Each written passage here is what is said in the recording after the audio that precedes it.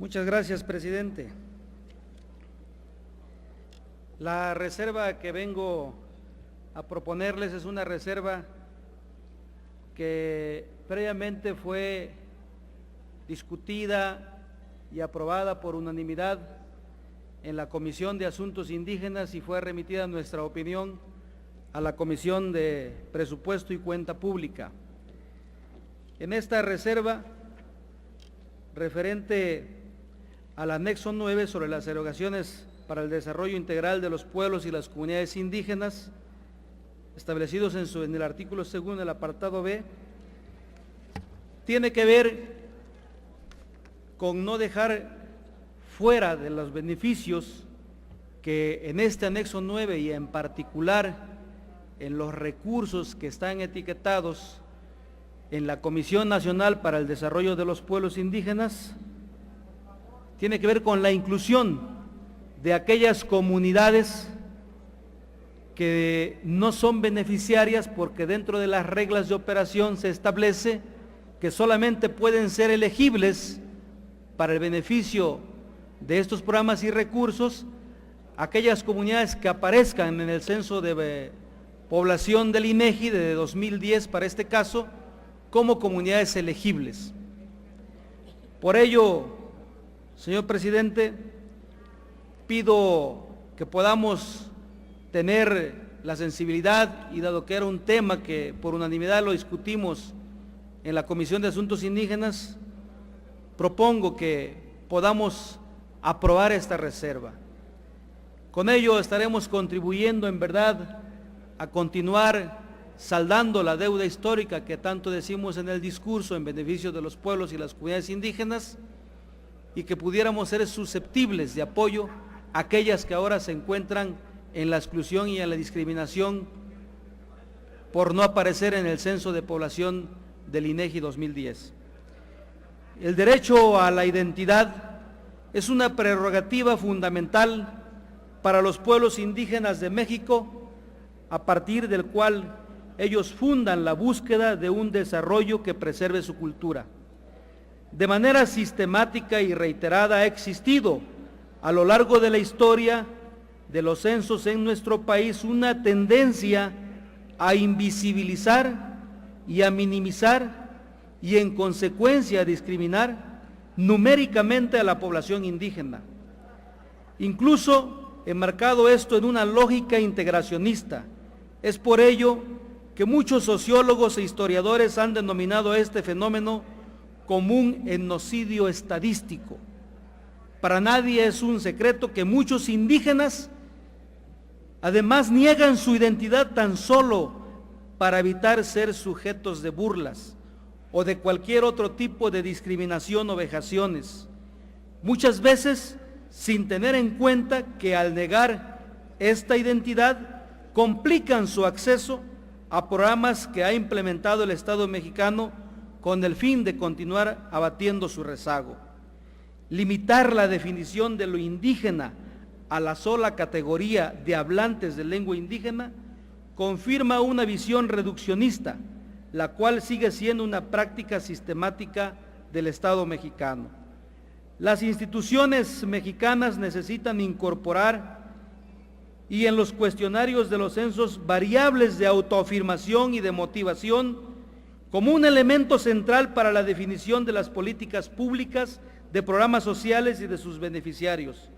El solo hecho de la conciencia de su pertenencia a un pueblo indígena de los ciudadanos mexicanos debe ser suficiente para que se les respete el derecho a su autoadscripción ya consagrado en el artículo 2 constitucional y por ende tener los beneficios a todos los efectos legales que se deriven de ese autorreconocimiento. Y debiera ser esta la condición suficiente para acceder en consecuencia a los programas y recursos etiquetados en las instituciones que atienden las demandas sociales de los pueblos indígenas. Por ello, compañeras, compañeros, diputadas y diputados, propongo la siguiente modificación al presente dictamen en el apartado 2 del artículo 26 para quedar como sigue. En la ejecución de los programas se deberá considerar la participación de los pueblos y comunidades indígenas con base en su cultura y formas de organización tradicionales. Y propongo agregar este último párrafo que, repito, había sido de consenso en la Comisión de Asuntos Indígenas. Asimismo, se reconocerá la autoadscripción de las comunidades que se reconozcan como parte de un pueblo indígena desde su nombre hasta su composición y origen, con fundamento en lo establecido en el segundo constitucional, y sean consideradas beneficiarias de los programas para pueblos indígenas, cumpliendo con las constancias y actuaciones correspondientes. Tampoco se pretende atomizar el presupuesto. Sabemos y reconocemos que hay un avance en el anexo 9 al incrementarse en un 10% el presupuesto etiquetado a pueblos indígenas. Pero necesitamos que los pueblos indígenas que han quedado invisibilizados, que no fueron censados, que negaron su identidad indígena o que no se tuvieron las variables suficientes para la motivación y la autoadscripción indígena, no queden excluidas ni discriminadas de los beneficios que otorgan los distintos programas que más de 10 instituciones tienen etiquetadas para los pueblos indígenas. Por ello, solicito, pido, ruego el apoyo a esta reserva para ser votada a favor. ¿Es cuanto, señor presidente?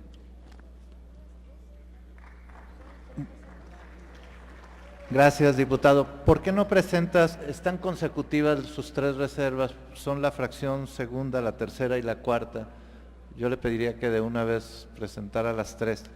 Y en solidaridad a todo el pleno, que ya estamos cansados a estas alturas de la mañana, voy a retirar la última reserva, señor presidente, que se refiere al artículo 26, fracción sexta. Y solamente me tomaré, si me lo permiten, un par de minutos para proponerles igualmente que en el artículo 26, en la fracción tercera, referente a que los municipios indígenas comprendidos entre los 200 más pobres del país, los proyectos de inversión del programa de infraestructura en regiones indígenas se podrá financiar en su totalidad con recursos federales o de manera concurrente, lo cual implica ya un avance, que puedan considerarse que este financiamiento se pueda hacer al 100%. Y continúa este párrafo diciendo: asimismo, se procurará atender su pleno acceso y la satisfacción de sus necesidades tales como electricidad, agua, drenaje, comunicaciones, y sin duda es un gran avance que hayamos incorporado el tema de la infraestructura en educación, en salud y vivienda. Y propongo, señor presidente, agregar también en este derecho a la infraestructura el referente a la infraestructura deportiva, que igualmente en la Comisión de Asuntos Indígenas, por unanimidad, fue en este sentido que emitimos la opinión a la Comisión de Presupuesto y Cuenta Pública. Y es importante que podamos agregar la infraestructura deportiva, porque quiero hacer memoria, compañeras y compañeros, diputadas y diputados, que hace un par de semanas más o menos, en esta honorable asamblea, a propuesta del legislador Lisiaga, se brindó un minuto de aplausos a los niños triquis basquetbolistas que triunfaron y ganaron un campeonato en Argentina. Y enseguida, en una siguiente sesión, por unanimidad de esta soberanía, igualmente aprobamos otorgarles el Premio Nacional del Deporte a estos niños triquis indígenas de Oaxaca. Y entonces varias y varios diputadas y diputados cuestionábamos que no era suficiente el minuto de aplausos, que no era suficiente dar un Premio Nacional del Deporte, que tenía que verse reflejado con programas, con recursos y con infraestructura para que podamos seguir identificando estos talentos que existen en las poblaciones indígenas. Y creo que entonces debiéramos de ser congruentes, compañeras y compañeros, para agregar la infraestructura deportiva en este programa de infraestructura básica que está etiquetada en la Comisión Nacional para el Desarrollo de los Pueblos Indígenas. Seamos congruentes.